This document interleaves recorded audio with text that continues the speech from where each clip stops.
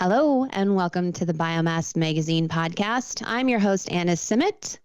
Our guest for today's episode is Jeremy Williams, and Jeremy is Senior Commercial Manager at IHI Power Services Corp. And today, Jeremy and I are going to talk a little bit about biomass power in general, its competitiveness among the energy landscape, public policy, and incentives influence on the market, and so on. So, Jeremy, welcome. Thanks for coming on.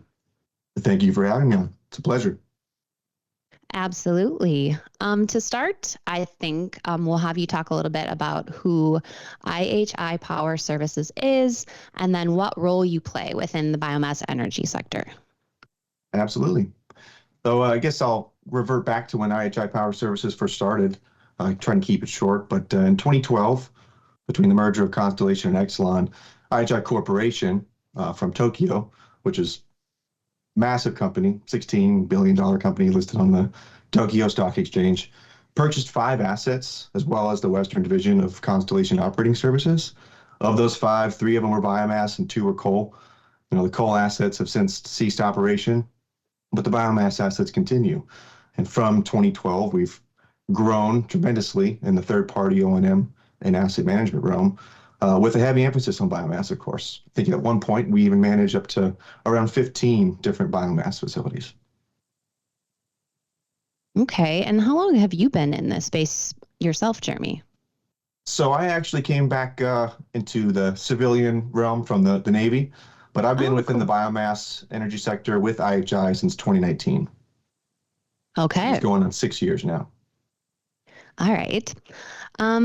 So why don't you tell us a little bit about the role that biomass power plants can play in achieving global carbon neutrality goals by 2025? Everybody's talking about carbon neutrality lately. Yes, and I feel like typically most folks don't look towards a biomass plant as a major contributor towards that goal, but in reality, biomass plays a huge impact there as it's really needed for multiple different venues. When you combine today's technology with the technology of a biomass operated power plant, things such as carbon capture, et cetera, you could even achieve a negative emission standpoint. And so biomass with its other needed necessities, it's really going to be one of the, I shouldn't say base load, but it's going to be a very important aspect towards achieving that carbon neutrality while maintaining the energy demand needed amongst our growing population.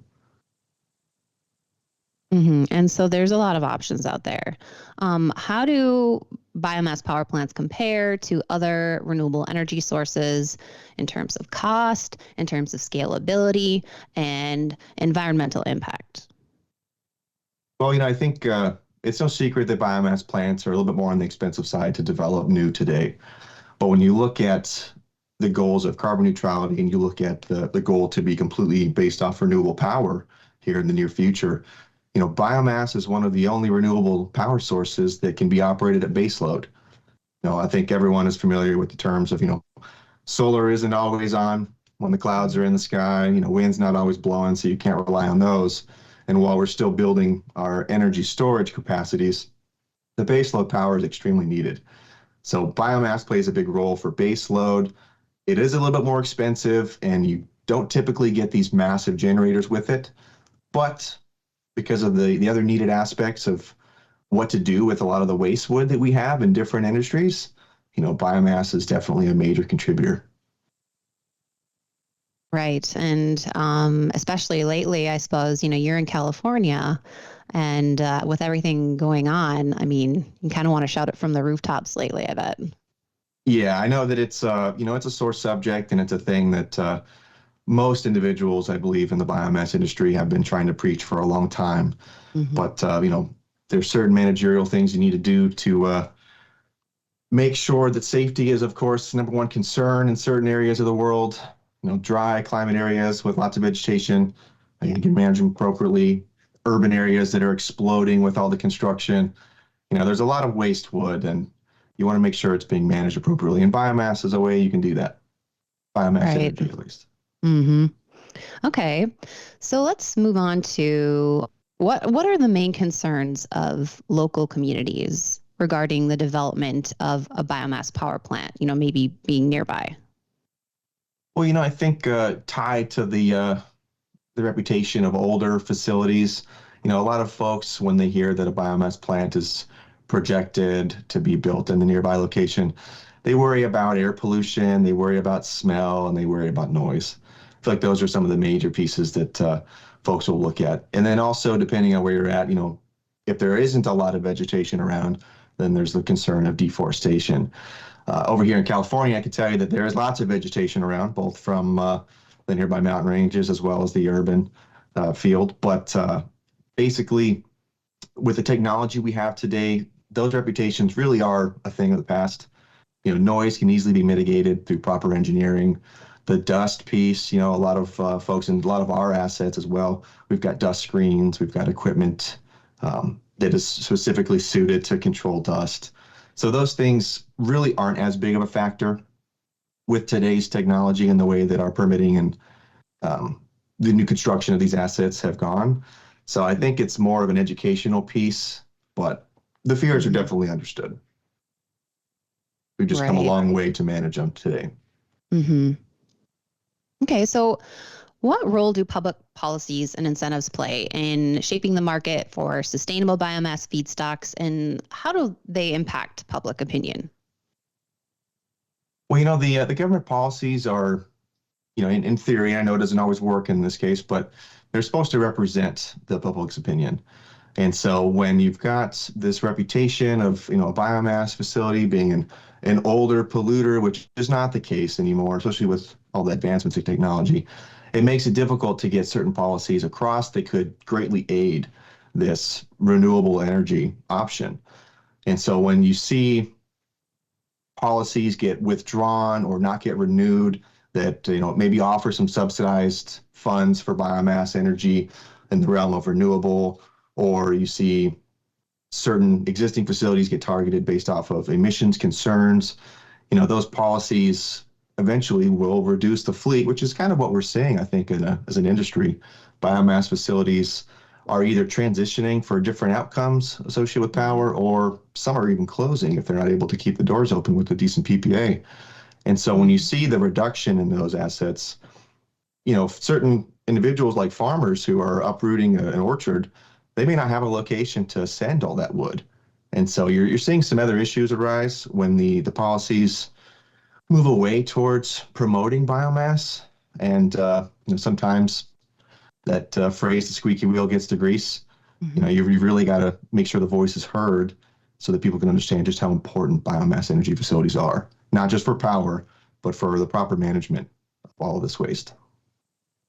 Exactly. So Jeremy, what are the key technological advancements in biomass power plants that could enhance their efficiency and reduce emissions? As you kind of alluded to, many of them were built back in the 70s and 80s, kind of in the PURPA area, but they have plenty of life left in them, and they can serve a critical purpose. Yeah, absolutely. Some of the technological pieces and advancements that we've achieved today that can greatly aid biomass are still pretty expensive. And of course, we all know how technology works. As it gets older and develops more and more, it actually becomes cheaper and cheaper. And so I foresee in the near future here, we're going to see a lot more of this technology be available to owners to adapt in their facilities, or for greenfield projects, be attached to a biomass facility right out of the gate. What we're seeing in the third-party O&M industry is not just the adaptation of all this new technology like carbon capture and whatnot, but we're also seeing individuals target biomass facilities for the different outcomes that they can provide. Carbon credits are massive. That is a massive market that folks are looking at right now. Mm-hmm. Gasification, sustainable aviation fuel. Biomass can assist in all of those categories, and we're seeing a lot of customers look at biomass for that moving forward. Mm-hmm. Great answer. Okay, Jeremy. I'm at the list of my questions. Is there anything else that you want to add that we haven't talked about? I would just try to advise anyone that isn't already in the know to do some research and to take a look at biomass, not just how a traditional plant looks, but try to, for yourself, investigate where biomass can lead in the future. I think that we're seeing some growth, of course, in the other sections, gasification, sustainable aviation fuel. But biomass as a source of energy is still extremely viable, can be very clean, and to the point that I made a little bit earlier, is one of the only renewable baseload energy producers out there. So if you're not already aware, which I assume a lot of the listeners on this are aware, but take a look at all the options biomass has today, because it's pretty exciting. Absolutely. Well, thanks so much for coming on the podcast and, talking biomass with us, Jeremy. It was very insightful. Thank you very much for having me on. I really appreciate it. You bet. And to our listeners, thanks so much for tuning in. Hope you enjoyed this episode. Until next time.